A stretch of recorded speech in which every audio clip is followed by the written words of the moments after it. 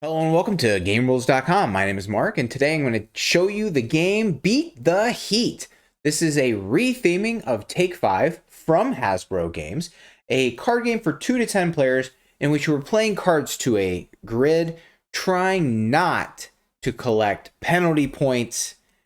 How's all that work? Well, let's dive in and find out. Out of the box, you will get an instruction booklet and a 104 card deck.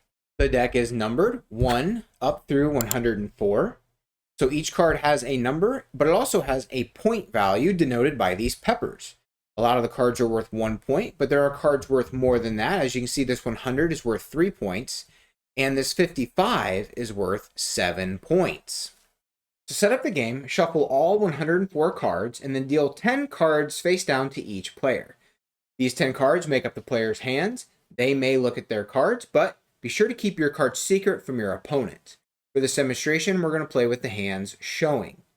After all 10 cards have been dealt to each player, deal 4 more cards face up. 1 card will begin each row. As we play, cards will be added to these 4 rows. The rest of the cards are then placed to the side. They will not be used again until the next round. A round consists of 10 turns. Each player has 10 cards. On a turn, each player is going to play 1 card from their hand. To begin the round and the first turn, each player looks at their hand, chooses 1 card that they wish to play, and then they take that card and they hold it face down on the table. Once all of the players have chosen the card that they wish to play, everybody reveals their chosen card. Starting with the lowest card revealed and then moving in ascending order, not based on how you are sitting around the table, but by the ascending order of the cards that have been revealed. Starting with the lowest number, that player will place that card in one of the rows. There are 2 rules that govern where you will place that card. First is called the ascending order rule. Your card must be higher than the card that is at the end of the row you are placing it on.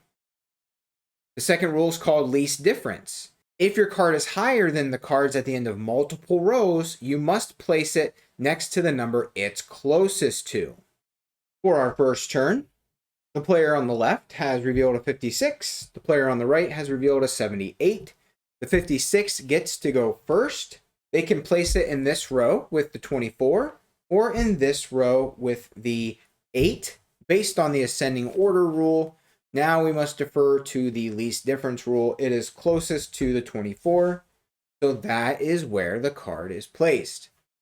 Player 2 is able to place it here on the 56 or here on the 8.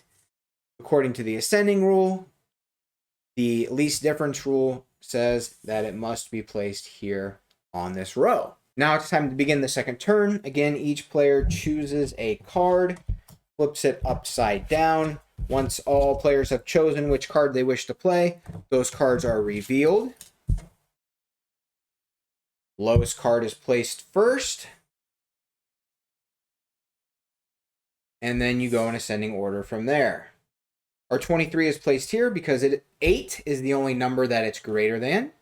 Our 25 is placed here because 23 is the only number it's greater than. It cannot be placed on the 101, the 78, or the 84. Okay, so here we fast forwarded a couple turns because I need to show you what happens when you're unable to add a card to a row. So both players picked a card. They reveal their cards. Starting at the lowest, we have a 1. This 1 cannot be played in any of the rows. What that player must do is then choose a row to play that card to. Remember, the objective of the game is to have the lowest score possible. Peppers are points, so they're going to choose a row that gives them the fewest points. These 2 options are good. The bottom row only gives them 2 points. The top row only gives them 2 points. So they're going to go ahead and choose this bottom row. When the player chooses, they remove all the cards that were in that row. Those cards are then placed face down in their collection pile. That pile will be their total score at the end of the round. And then the card they played begins that row. So now we have our fourth row back here with the 1 starting it off. And then play continues from there. The next player, 85, they have a couple options, but according to the ascending rule, but now we have the least difference rule to look at, which forces them to put the card right there. And then play will continue from there. And there is one more possibility we need to look at. All right, and here we are in the 6th round. We've moved forward a little bit further. We have a 68 revealed and a 77 revealed. The 68 must be placed here by the 50. And now the 77 has to be played here on the 68. So here we are at the final rule I need to show you.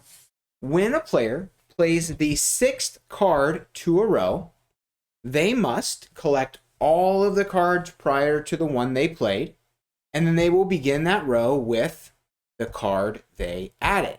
So here, our 77 is the 6th card played to this row. That player must collect all of those cards and add them to their collection pile. As you can see, that is quite a bit of points. And then that 77 they played begins the row again. And whoever ends up with this row, if somebody does, is going to be stuck with some serious points there. And play like that continues until all 10 rounds are played. Once all players have played all 10 cards, remove the cards from the rows. Those are set back into the playing card deck. Then each player reveals their collection pile, and you count up how many peppers you collected, and that's your score for the round. So player 1 has 5 points for the round, and player 2 has 16 points for the round. Write those scores down, and then you will continue to play rounds until one player reaches a score of 66 points or more. When that occurs, the game ends, and whoever has the lowest score wins. To play the advanced version of the game, you will take a specific number of cards based on the player count. To figure out how many cards you will take out of the deck, you will take the player count times 10, and then you will add 4 cards. So for a 2-player game, you'll have 24 cards. For a 3-player game, 34. For a 4-player game, 44, and so on. The advanced rules only work for up to 6 players. You will take numbers 1 through whatever the total is that you need. So for a 2-player game, you will take all of the cards numbered 1 through 24, and then you'll lay them out, and you will have a draft. Taking turns, each player will choose 1 card from the layout until everybody has a 10-card hand. After each player has 10 cards, there will be 4 cards remaining.